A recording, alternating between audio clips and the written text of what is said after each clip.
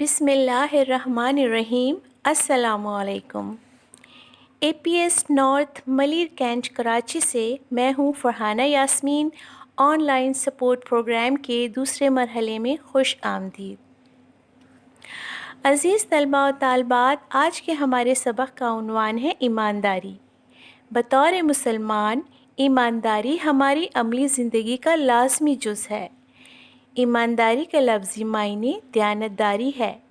ایمانداری کا مفہوم یہ ہے کہ اگر کسی انسان کا کوئی حق، مال یا کوئی چیز دوسرے کے ذمے ہو تو وہ اسے پورا ادا کر دے۔ ہمارے پیارے نبی کریم سیدنا حضرت محمد مصطفیٰ صلی اللہ علیہ وسلم کی پوری زندگی مکمل ایمانداری کی بہترین مثال ہے۔ نبی کریم صلی اللہ علیہ وآلہ وسلم نے اپنے کاروبار، لین دین میں ایمانداری کی بہترین مثالیں قائم کیں۔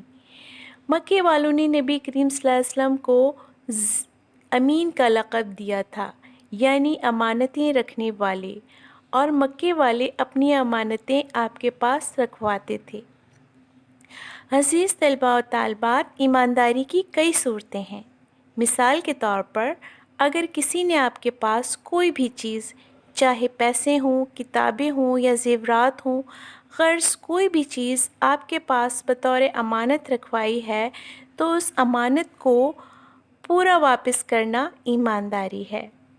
اسی طرح اگر ایک انسان سے کسی دوسرے نے کوئی راز کی بات کہی ہے تو اس بات کو دوسروں پر ظاہر نہ کرنا، یعنی نہ بتانا، تاکہ اس کا راز راز ہی رہے، یہ بھی ایمانداری کی ایک صورت ہے۔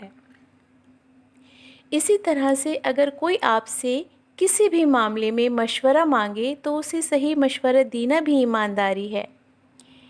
اس کے علاوہ اگر کوئی انسان کسی جگہ ملازمت کرتا ہے تو اس کا اپنے فرض کو پوری ذمہ داری سے ادا کرنا بھی ایمانداری ہے۔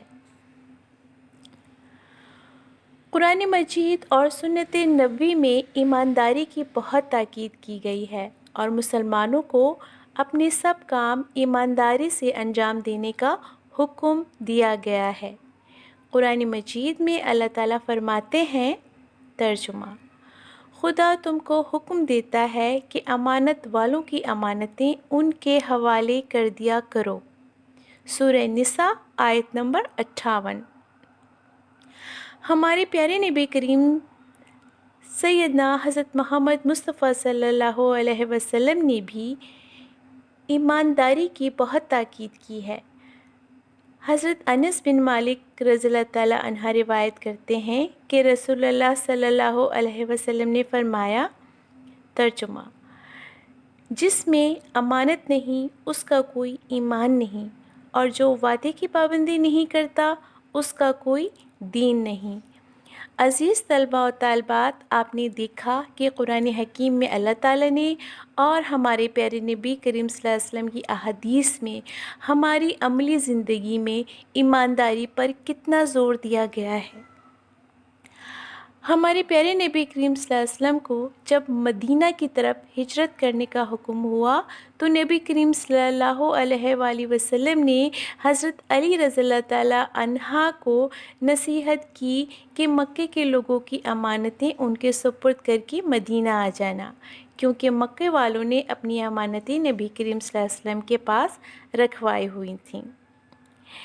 ایمانداری کے بہت سے فائدے بھی ہیں، جن میں سے چند فائدے یہ ہیں۔ ایماندار انسان کی ہر کوئی عزت کرتا ہے۔ ایماندار انسان پر ہر کوئی اعتماد کرتا ہے۔ ایماندار انسان کو ہر کوئی مشورہ کرنے کے لیے ترجیح دیتا ہے۔ ایماندار انسان کا دل مطمئن ہوتا ہے اور اسے کہیں پریشانی کا سامنا نہیں کرنا پڑتا۔ ایماندار انسان اللہ تعالیٰ پر بھروسہ کرتا ہے۔ ایماندار انسان کاروبار میں نہ تو لالچ کرتا ہے، نہ ہی نقصان پر مایوس ہوتا ہے۔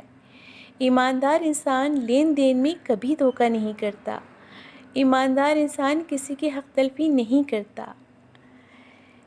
جی عزیز طلباء و طالبات، پرسکون، مطمئن اور کامیاب زندگی گزارنے کے لیے ہمیں بھی گھر اور باہر ہر معاملے میں ایمانداری اختیار کرنی چاہیے۔ اس طرح سے ہم آخرت میں کامیابی حاصل کر سکیں گے۔